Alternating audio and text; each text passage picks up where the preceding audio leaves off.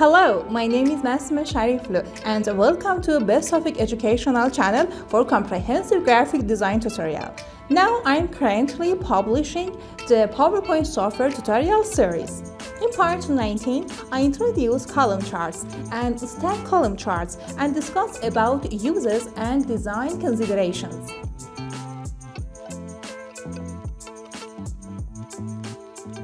The first one is the column chart. For example, if you want to show your income during some years, or for example, if you want to know how much was your income in each seasons of year, you can use the column chart and it will be suitable for you. So it will help you to compare the different items and it will be suitable for continuous and discontinuous data.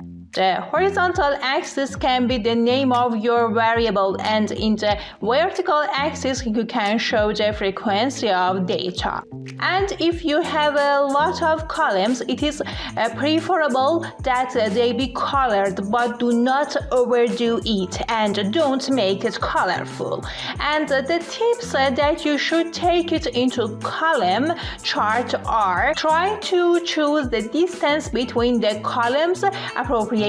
For example, the distance between the columns should be half the width of the columns that I showed you in the picture, that which one is right and which one is not. Or use the horizontal label, avoid sloping, vertical or diagonal labels because they are illegible, and sort the data properly, arrange the categories in alphabetical order.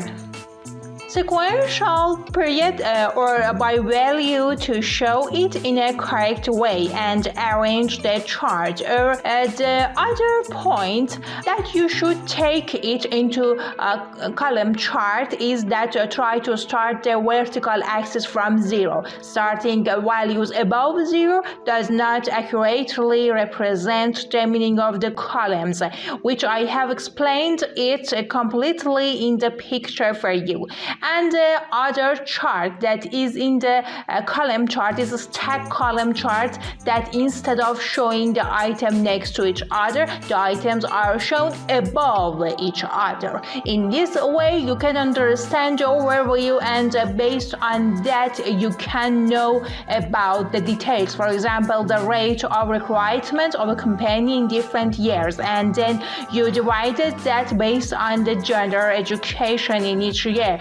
This can be the usage. Or for example, the other usage that you can see in the picture is a comparison of average income by degree and by gender, that the blue color shows men and orange is for women.